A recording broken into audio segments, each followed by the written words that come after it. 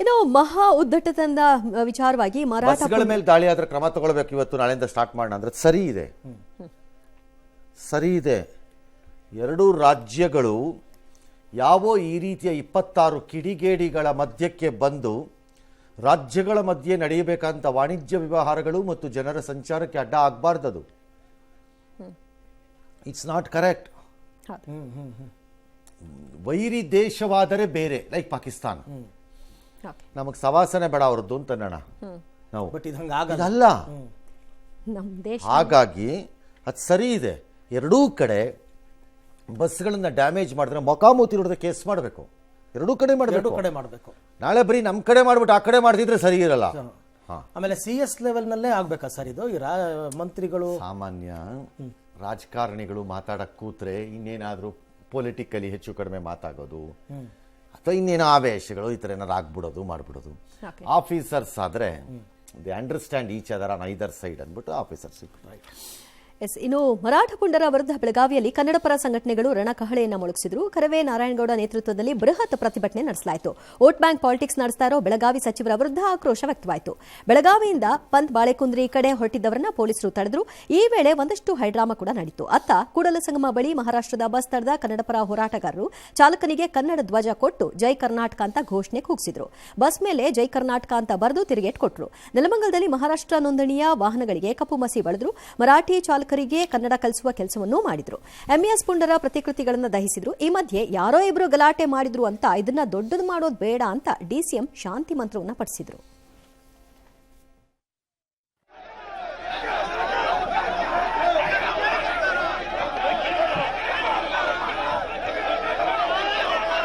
ಜೈ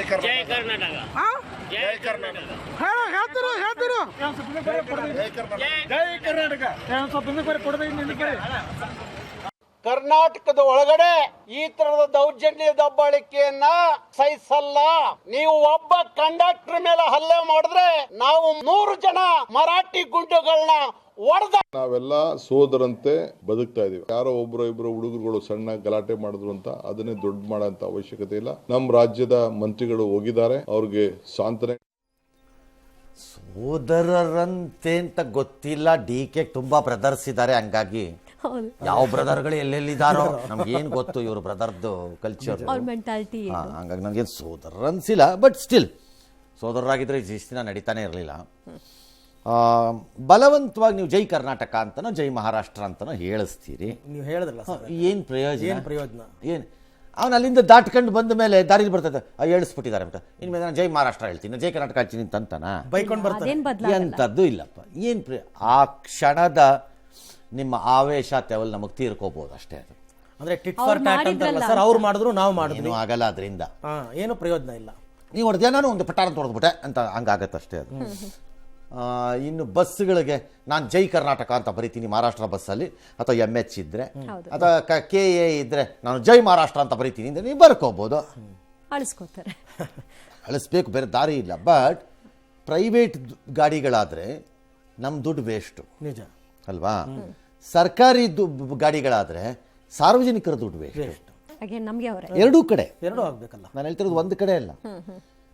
ಕರ್ನಾಟಕದಲ್ಲಿ ಬಸ್ಗಳಿಗೆ ಹೆಣ್ಣು ಮಕ್ಕಳು ಗ್ಯಾರಂಟಿ ಕೊಟ್ಟು ಇವ್ರು ಲಾಸ್ ಅಲ್ಲಿದ್ದಾರೆ, ಅಲ್ಲಿ ಅವ್ರು ಸಬ್ಸಿಡಿ ಕೊಟ್ಬಿಟ್ಟು ಮಹಾರಾಷ್ಟ್ರಲ್ಲಿ ಅವ್ರು ಲಾಸ್ ಅಲ್ಲಿದ್ದಾರೆ.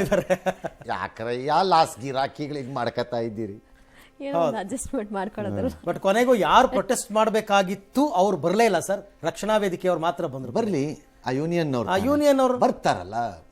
ಅನ್ಯಾಯ, ಮೋಸ, ಸಾರಿಗೆ ನೌಕರರಿಗೆ ಬಂದಾಗ ಮಾತಾಡ. ಕೆಲ ರಾಜಕಾರಣಿಗಳು ಒತ್ತಡ ಹಾಕಿದಾರಂತ ಸರ್ ಪ್ರತಿಭಟನೆಗೆ ಹೋಗ್ಬೇಡಿ ಅಂತ. ಬಂದಾಗ ಮಾತಾಡೋಣ.